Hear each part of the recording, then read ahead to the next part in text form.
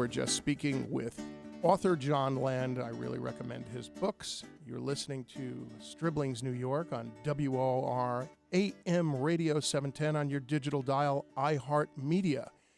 If you are selling, buying, or just thinking about doing that, you need to be connected to the top real estate professionals. So you can contact Tony Simone, Tsimone, at stribling.com, Stribling.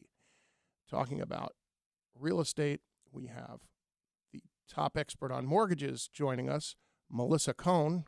Welcome, Melissa. Thanks so much, Rob. Somebody said that we're now officially in a bear market. And if that's the case, we're talking about on Wall Street. How does that affect us in terms of the real estate world and mortgages? Well, let's talk about the good news before we talk about the other news. And that is that when there's bad news in the economy, be it the stocks going down or any other negative piece of data or movement by the Fed, everyone flocks to safe haven investments, and safe haven investments are the 10-year bond. Mortgage rates are controlled by the 10-year bond. So as bond yields go down, mortgage rates will go down as well. So, for example, now as the 10-year bond has floated below 2%, we're looking at mortgage rates that we haven't seen in over 4 or 5 months. Okay. And every penny that you save in a monthly payment obviously means that you've got more buying power to purchase a new property, or if you want to refinance, that puts more cash in your pocket to spend money elsewhere. So then will people right now who may be renting start thinking about crunching those numbers and doing a comparison contrast because it may be more efficacious for them to purchase something? Oh, absolutely. I mean, remember that your mortgage payments are tax deductible up to $1.1 million, as well as your real estate taxes, so that when you own a property and you have a mortgage, that's a deductible monthly payment you make, at least the interest portion is. So that when you look at the net cost, oftentimes it does pay to buy versus rent, especially when you can lock into a 30-year fixed at 3.5%. Okay, you just brought something up that's very interesting. Having owned so many homes myself, I don't think anybody really effectively explains in a nutshell about the tax deductions and how they work and how it can benefit a buyer and an owner, let's say then. Well, it's actually very simple. There are two things to consider. First of all, when you pay rent, your rent comes out of your net income, meaning that you have your salary, you pay your taxes, and that the money that you use to pay rent comes out of that net income that you have.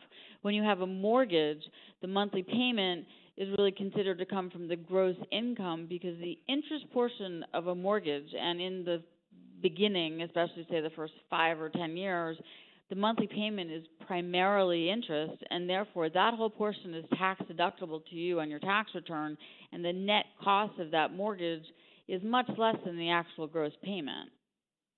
So then people should be looking at this, and real estate brokers should probably be informing their potential buyers who are renting now at exorbitant rates. Now is a really good time to do that rent versus buy comparison. Mortgage rates are coming back to lows that we haven't seen in months, and really lows that are equivalent to the lows that we've seen over the past decade.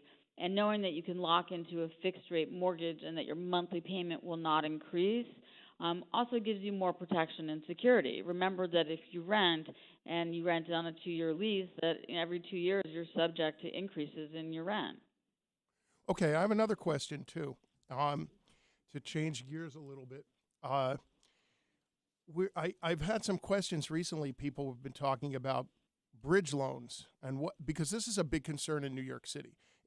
New York is unlike any place else in the world, and many positives. But if you're dealing with co-ops, you can't just sell your home the way you do elsewhere in the country, where you could sell it and then you close immediately. You close in a few days, you close in a week. You have to go through a board process, so people are reticent sometimes to purchase something until they can sell their place. And sometimes That's correct. And there are also people that have found the property they want to buy and they haven't even listed their current property. Exactly. But they need to have the equity or the money from the sale of their property in order to be able to close on the purchase, and that's where the concept of a bridge loan comes into play. Now, the technical definition of a bridge loan is that it's a loan that bridges the equity from the sale to the purchase, meaning that you needed to have a copy of executed contract of sale for the sale of your property in order to get a real bridge loan. And banks have stopped really doing them, but there are new opportunities that have come into play that basically take the place of the old-fashioned bridge loan. What exactly is that? Well, probably the best example. Let's say I'm making numbers easy. Let's say you're selling for $1 million and there's $200,000 worth of equity that you need from the sale of that property in order to have enough money for the down payment on the purchase. Assuming that the property that you're buying in will allow you to take maximum financing, we can give your client for the purchase a two-part mortgage. So let's say they're buying for that same $1 million, and when they sell their property, they only want, say, a $600,000 loan, but they need $800,000 to close. What we do is we give them the first mortgage for the $600,000, which is the loan that they want to have on a permanent basis, but then we also give them a home equity loan, so a second mortgage on top of the first for the additional $200,000. And generally there are no closing costs associated with that piece, so that they will have the full $800,000 to come to the closing table for their purchase. This is something that I rarely hear discussed. How frequently does this happen, or what percentage of your business does this take place in? I can't really define it by percentage, but it's becoming more and more commonplace as the timing between a sell and a buy has become more complicated. The caveat is that you have to have enough income in order to be able to cover the debt service on both your current property and the new property. But we find generally that most buyers have the income, they just don't have the cash to close. So by taking this home equity loan or a second mortgage, it gives them the cash to close, and they get a parting gift with it, meaning that when they pay off that $200,000 from the sale of their current residence, they will then have this $200,000 home equity line available for them to borrow against for the next 10 years. Well, are the banks also taking into consideration, this is a big question for me, that it's also finite? It's not like this loan is going to go on for 10 years. I mean, if you have a piece of tangible property, especially in New York City now, and it's a seller's market, then how long is it going to take to sell? Not long. It's just, as I mentioned earlier, you have the board process, so you could sell your apartment in a month, and of course then you're not going to close necessarily a week later because you've got to go through the board process here.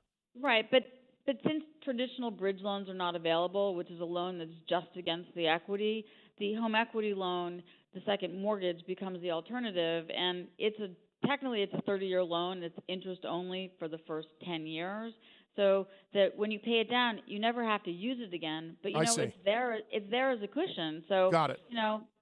With stocks falling and people concerned about their liquidity and their access to money, having that home equity loan is really not such a bad thing. So then it's a beneficial thing to have, and you have some Absolutely. credit in place, so it's a win-win. It's a security. It gives you the security to know that you can tap into that additional $200,000 of the value of your property without having to apply for a new mortgage.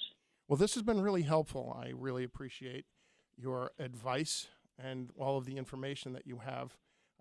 You're extremely knowledgeable, and for people who are in the business, like myself and Tony and our associate producer Joe, or just people who are owners or potential owners and want to learn more about the market. So thank you so much, and you're welcome. We'll see you soon. Okay, great.